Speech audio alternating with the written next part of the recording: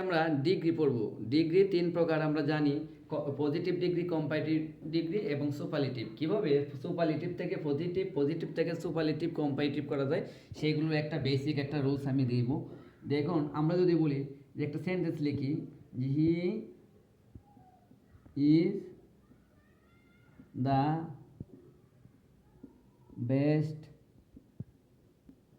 Boy in the class, এটা আছে হলো সুপার ফর্ম, সুপারে আছে। এখন এই সুপার থেকে যদি আমরা পজিটিভ করি, তাহলে পজিটিভ করলে পজিটিভে কি হবে? পজিটিভে হবে নো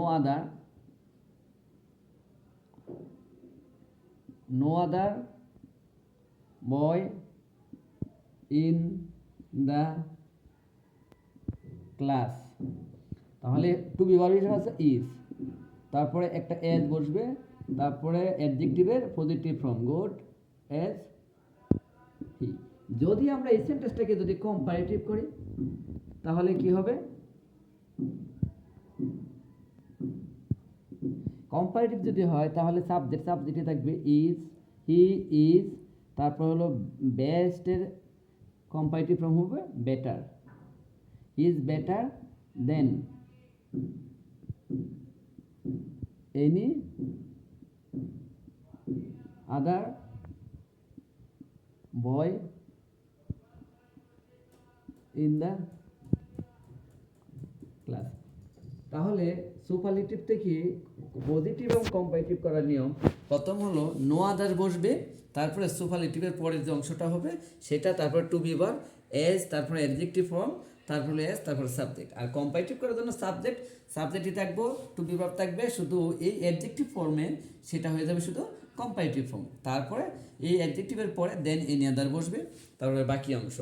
যদি এই সুপারলেটিভে যদি ওয়ান অফ থাকে, এরকম যদি ওয়ান অফ দা অথবা অল অফ দা,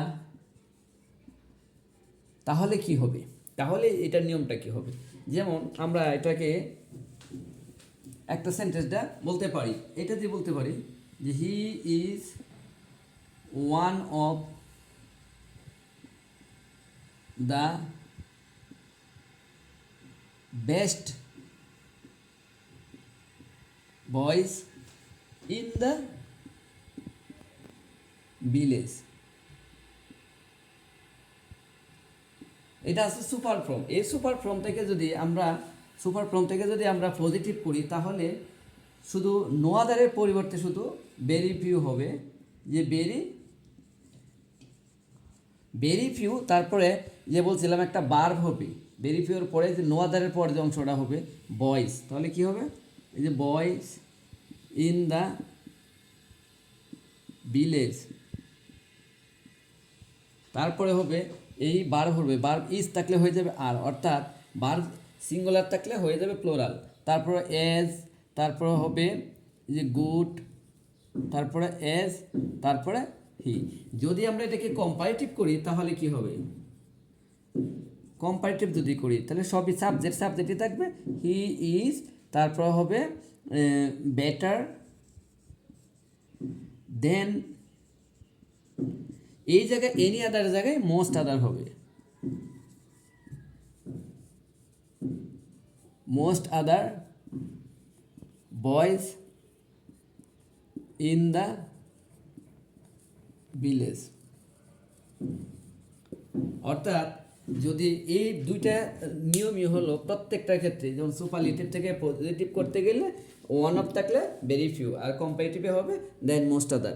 এই দুইটা রুলস যদি জানা যায় তাহলে প্রত্যেকটাকে চেঞ্জ করা যাবে, পজিটিভেরটা চেঞ্জ করা যাবে, তারপরে কম্পারেটিভ, সুপারলেটিভ, এই রুলসগুলো আমাদের মাথায় রাখতে হবে, তাহলে এইগুলো ডিগ্রি করা সম্ভব হবে। ধন্যবাদ সবাইকে।